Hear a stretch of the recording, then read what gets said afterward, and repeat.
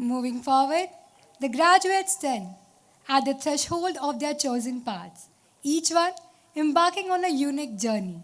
It is, therefore, a perfect moment to hear the wisdom of experience and insightful reflections from our esteemed chief guest, Shri Krish Ashok. I request Sir to please come forward and address the gathering. A huge round of applause.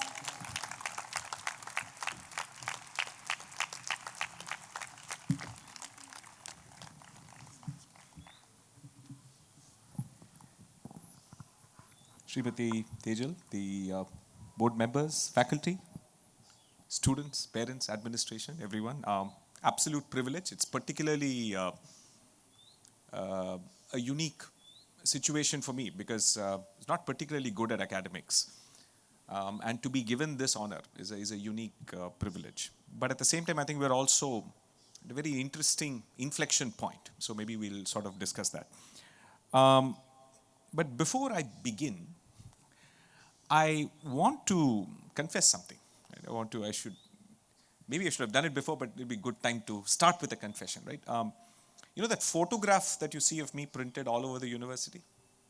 Right? It's printed in posters. I saw it on the road also. So I sent that to my mother saying that, look, I've become a politician now. And so it was a photograph of me in a tan-colored suit. That is not a real photograph. It's not real. It was generated by an AI model that I personally fine-tuned with my actual photos. Right? So I sort of got bored of paying money to these apps to do this stuff. So I said, okay, let me build my own model. Right? Let me fine-tune my own model that I can use for myself. And it works only for my photos. It doesn't work for anyone else. I basically taught a computer to imagine what I would look like if I ever decided to wear a formal suit, right? Which is not something I do often. So I prefer software code, not dress code. South Indians like punch dialogues, right? So it's one of those punch dialogues. But before I sort of go ahead, I want to also share a personal story. When I was about 6 or 7 years old, and we were in Bangalore, my father bought me a Rubik's Cube. And he left it with me, and then, it was some summer holidays, and then my parents came back one day to find that I had solved the Rubik's Cube. So immediately their brain started thinking, oh my God, we have a genius on our hands. We need to send him to IIT coaching next year itself, in class 2, right? So that they had all those thoughts. And then my mother had a little bit of an inkling, I know this guy. So she said, how did you solve this Rubik's Cube? I said, I changed the stickers around. Right. So remember this anecdote because it's going to be very relevant to something that I will speak about later. So remember the Rubik's Cube sticker changing. Okay. So going back to my photo that you all saw in the campus, many of you might be thinking, is that even ethical? Others might be wondering, what else in my bio is generated by ChatGPT? Right? So, and the philosophers among you are probably already diving into questions about what the word real even means in 2024. Is news real? Are WhatsApp forwards real? Is news just WhatsApp forwards on a higher budget? So all very, very good questions. Maybe you should ask ChatGPT about it. But on a serious note, here is why I'm telling you this. That AI-generated photo is a perfect metaphor for something that I want to talk to you about today. The sort of fascinating gap between what is real, the fascinating gap between what is knowledge and what is wisdom, between what we know and what we understand, between what is technically accurate and what is meaningfully true. See, that photo, if you see, was created by an AI model called a diffusion model that knows what I look like. It knows what I look like, but it does not understand who I am. It has processed, hundreds of my photos and learned to generate new ones with near technical, accuracy, perfect technical accuracy, right? But in terms of truly understanding what I am, the AI model is doing the equivalent of what I did when I was 6 years old. It's rearranging stickers to solve the problem. It solved the problem. It generated a photo of me. That's all it did, right? And the other interesting thing is that it does all of this perfectly fine as long as my hands are not visible, right? For complicated technical reasons that I will not get into, these AI models don't understand human hands very well, right? A lot of fake AI photos you see will have 6 fingers and 7 fingers and so on. But remember that point. I will come back to this point later in my talk as well. But this AI model does not understand why I rarely wear formal clothing, or that I believe authenticity matters more than appearance, or why I find humor in using AI to make myself look smarter than I really am. And it has no true understanding about the very human experience of doing this elaborate stunt just to tell you a good story at your convocation. Right? So, and this distinction between knowing and understanding is at the heart of the transformation that is about to reshape our world. We are entering an era where artificial intelligence can process, synthesize, and generate knowledge at a scale that would have seemed like science fiction just 2 years back. We don't even have to go back to when I was where you are sitting right now, graduating. At that time, in 1999, the internet was for rich people only, right? And there was no social media to make us angry and scared about everything in life. So, coming back to AI, right? So these large language models, these AI models as we sort of call them, can write content as text, audio, or video. They can analyze data, they can generate code, they can read through legal briefs and find citations, and even create art. That list of things easily describes more than half of all knowledge work in the world, and probably 80% of entry-level jobs. And yes, that sounds terrifying if you've just spent 3 or 4 years becoming really good at knowledge work. Most of us sort of here will mostly use our brains to work in our careers, not hands, except to type, which you don't have to do much in the coming future. But here is the interesting part, and this is where you come in. While AI is incredibly good at working with existing knowledge, it struggles with something humans do absolutely naturally: making creative connections between seemingly unrelated ideas. And I want to give you a very simple example. You have to show an AI model at least 1,000 photos of a cat so that it can recognize a cat about 80% of the time. You have to show a human baby 1 photo of a cat and it can generalize that to lions and tigers and leopards.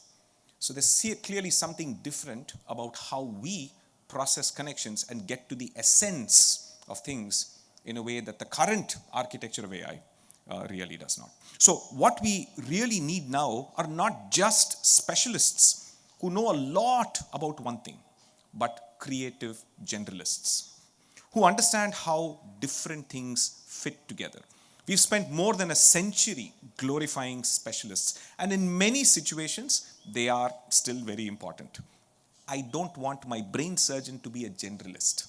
I want that person to be absolutely a specialist and have spent decades just understanding the brain. Another example, AI can tell you everything about the chemistry of cooking, the physics of music, and the mathematics of art. But it takes a human to see how principles from cooking could revolutionize material science, or how musical concepts could improve data visualization, or how artistic techniques could enhance scientific communication. And it takes a human to actually enjoy a cup of coffee.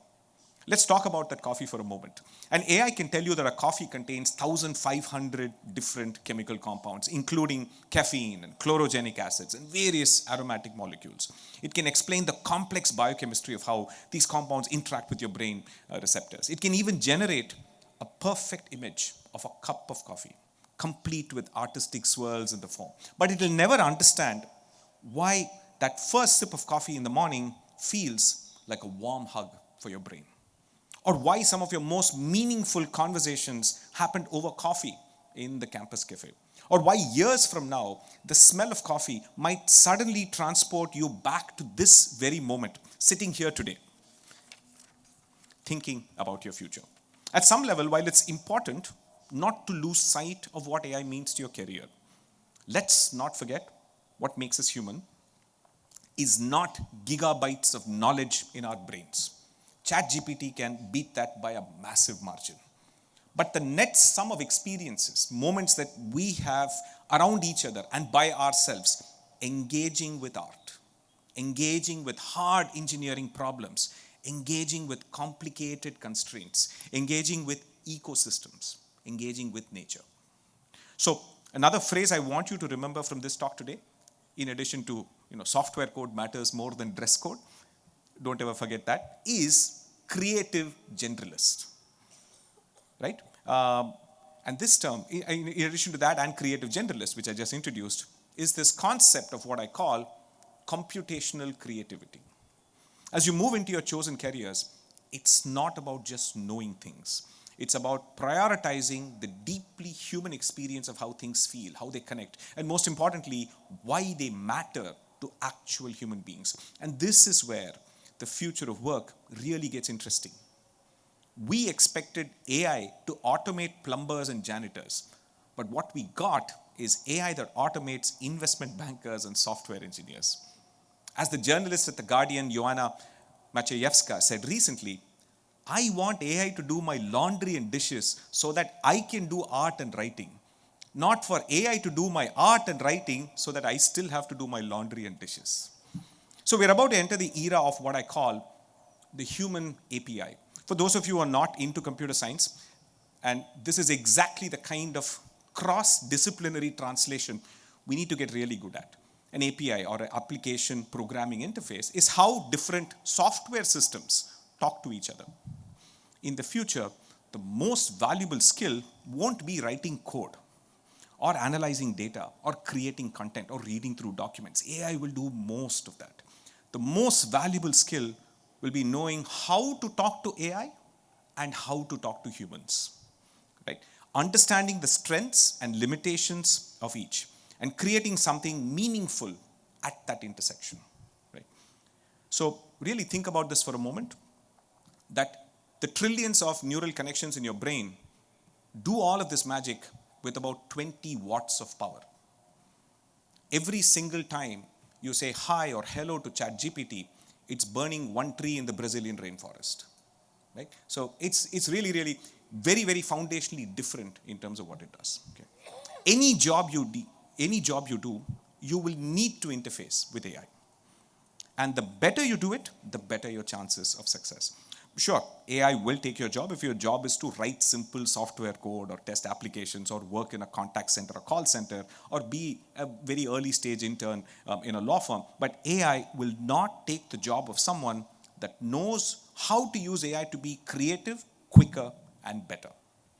I'm going to give you a personal example from my own experiments on social media. Right? So my colleagues at TCS often joke that this is the one guy at TCS whose Instagram profile looks more impressive than his LinkedIn profile. And surprisingly, this actually has nothing to do with how good I am with food versus how good I am with software. Right? Both Instagram and LinkedIn are social media platforms. They don't actually prove excellence or knowledge. I can say whatever I want on Instagram or LinkedIn. Remember, what you see on social media is not knowledge. It's not proof. It's content. So the more interesting question to ask, how do I do what I do about food on Instagram and YouTube, build an audience of 1.2 million people, 12 lakhs, by effectively only spending 1 to 2 hours on the weekend? Right? My day job is pretty busy, so I only spend weekend, and that too 1 or 2 hours per video, and that's all I do. Right? So one reason for this is that a lot of enterprise software work that I do is confidential, so I actually cannot share the most interesting things that I actually do on a public platform. And the confidentiality also reduces the amount of AI that I can actually use to do my job right now, although that will change. On the other hand, on food, I have personally built myself an army of AI agents. Each one not very smart, but pretty good at doing what I expect it to do, and most importantly, giving me output in a way that saves me time. I have one AI agent that looks at all published research on food, including all the notes I've made over the years, and is able to quickly summarize 2,000 words on a topic. I've very specifically only given it scientifically published papers so that it doesn't look at random YouTube comments and tweets and things like that, right? And then I have another agent whose training data is purely my writing. Right? It has internalized my style of communication. So I chain the output of the research agent and the script writing agent, and it gives me 250 words, which is the average number of words I can speak in 90 seconds, the maximum length of an Instagram reel. So my job is to think of an interesting topic and start working on my script, not from a blank page, but a high quality draft. I then use all the skills I have as a storyteller to do the most important, actually critically human part of the task, which is to empathize with my audience, review those 250 words, and edit them. After that, I just record and publish. The AI did not come up with viral content. I did that, right? But it helped me do that. So it did the most laborious, non-creative aspect of creating draft content, doing the research, ensuring correct grammar, and so on. This is a very important point to remember as you embark on your careers. Having a continuously adapting idea of the human AI capability spectrum. You will frame the requirement. AI will generate ideas or content of all types, code, data, documents, sound, video. You will review and curate. AI will do all the analytics of numbers you need it to do, but you need to know the right question to ask and the ability to synthesize and make sense of insights. Which brings me to my hands. Remember all those fake AI photos with 6 fingers and 7 fingers and so on? The reason AI struggles with hands is really fascinating. It's because hands are incredibly complex, right? Both mechanically and symbolically. When we take photos of ourselves, our faces all follow the same pattern. They have 2 eyes, 2 ears, 1 mouth, 1 nose, and with enough examples and training data, an AI gets really, really good at figuring out faces. Facebook and Google were able to detect faces 2012. That's 12 years ago, right? So, but we are humans because we have incredibly versatile hands. Opposable thumb, 10 fingers and all. Our hands gave us an advantage over our primate monkey cousins. They are how we made and use tools. They're how we cook food. And hands are how we express ourselves, how we connect with others. In a way, our hands are what make us human. So in every photo of ours, our hands are doing something unique. And even millions of photos are not enough for AI models to truly understand what hands are about. Remember the cat example? If I need 1,000 photos for an AI model to recognize a cat 80% of the time, I will need billions of ways in which my hand can appear in a photograph, because our hands can do so many things for an AI to truly learn and understand, which again goes back to this basic point. What is it truly understanding about the human hand? Right? So it's so ironic that the most advanced AI systems still cannot quite grasp something so fundamentally human. To be fair, this is early generation AI. Maybe 2 years from now, all of you will look at this video on YouTube and say, hey, this guy said AI won't figure out hands, and it did. Right? And that will happen. That's the nature of exponential technology. AI models might get enough examples of every possible way in which a human hand can express itself. Or perhaps not. We don't know. So this is why I'm actually optimistic about the future, even as headlines scream about AI taking over jobs. Because the jobs that are coming, the ones that don't even exist yet, will require something that cannot be reduced to mere factual knowledge and analytical capability. Right? So we need to really keep this in mind. Rather than be impressed at AI for being able to do language and numbers, we should actually be a little bit more depressed about the quality of entry-level jobs that we put everyone through. Right? So it's not impressive AI, it's just bad jobs. So the fact of it is that there are 5 kinds of human intelligence on a spectrum. Right? So language is the first. Numeracy or analytical intelligence is the second. Planning, strategy, situational awareness is the third. Spatial, the ability to navigate complex 3D environments, is fourth. And kinesthetic, the skill to be a surgeon, a violinist, or a watchmaker, is fifth. Right? The AI you see today does language and a little bit of mathematics. The AI that will demonstrate spatial and kinesthetic intelligence is coming soon. That's the AI, that's the robotics that will come to self-driving cars and in factories, will become pretty common by the end of this decade. But that thing in the middle, planning and strategy and situational awareness, I prefer to call it practical imagination powered by computational creativity. The ability to see what is not there yet, to make connections that are not obvious, to understand not just how things work, but why they matter. And while doing this, using every kind of AI to save yourself from doing the laborious things like analyzing numbers, reading through contracts, or writing software code. So, situational awareness, practical imagination, computational creativity is in the middle of this for a reason. In India, the concept of the middle is deeply rooted in our spirituality. Right? All of you have heard of the Mahabharata, I hope. I hope, because your generation only watches Instagram reels. My parents' generation, on the other hand,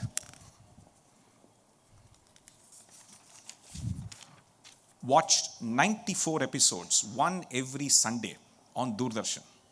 And when Mahabharata came on, life stopped in India. But anyway, it's not the TV series that is important here. In the Mahabharata, there are 5 Pandavas. And I want you to imagine 2 axes. One axis, the x-axis, is what do people think of me? Right? And the other one is, y-axis is what do I think of myself? So the external axis and the internal axis.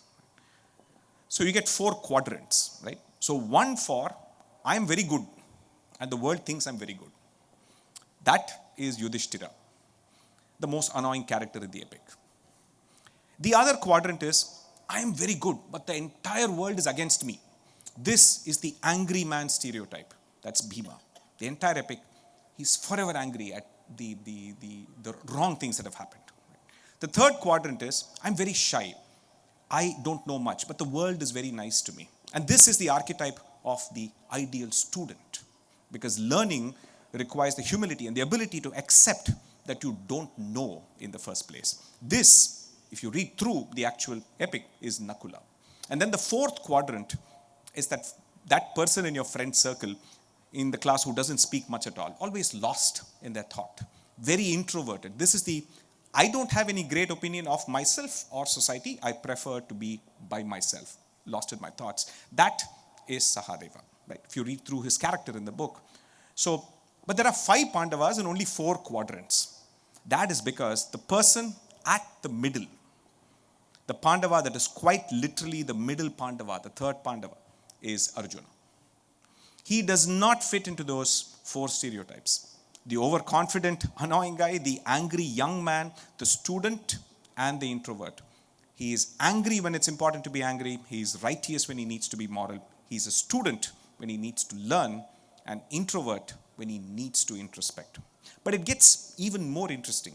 The Mahabharata makes an even more insightful point about these 5 archetypes by telling you what character the Pandavas were forced to take up when they had to spend 1 year being hidden. Agyatavas, right? So the I am always right guy, Yudhishthira, becomes an advisor to the king. He can give advice, but the king decides. So even if he believes it's the right thing, he has no choice in the matter. Bhima becomes a cook. Cooking is the one human activity where no matter what you do, even if you're a Michelin star chef, no matter how well you do it, is entirely subject to the random personal choices of the people you serve the food to. You can make the greatest Bengan Bharta, but if you serve me, I won't eat it because I don't like Bengan. That's all, right? So Nakula is the keeper, becomes the keeper of horses. He's forever a student, shy, but to train a horse or any animal, you have to establish power, strength, and confidence. The animal is larger than you.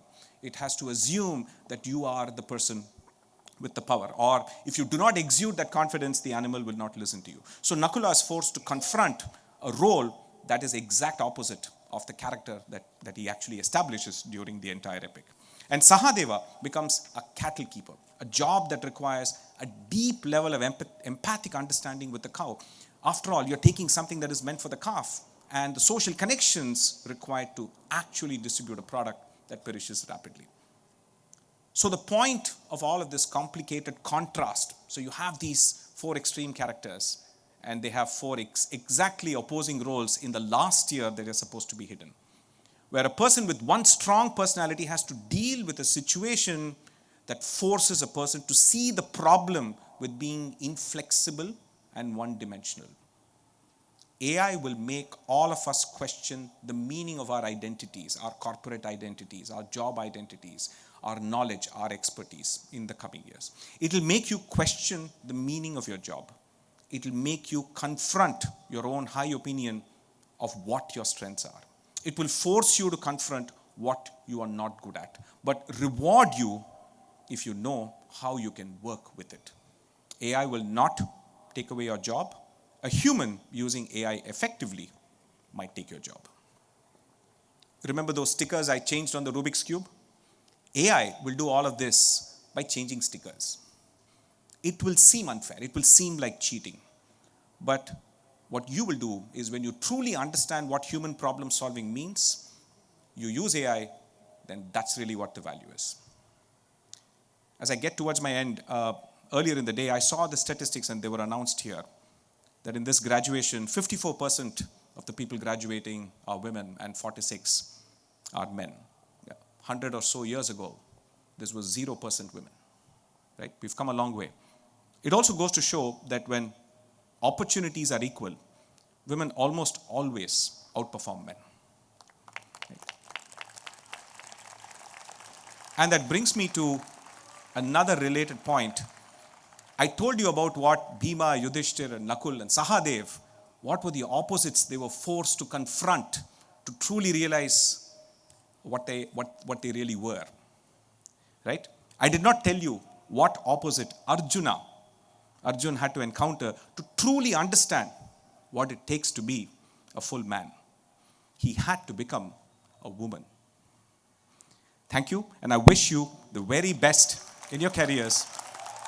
And I wish all of you have the very best AI agents working for you to make you successful.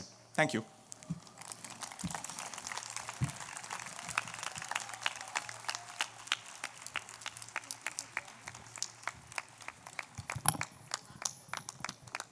Thank you so much, sir. After listening to your impactful words, we all look forward to properly integrating AI to make our daily lives easier. Although I'm sure we all are more relieved to know that AI will not take our jobs. Thank you.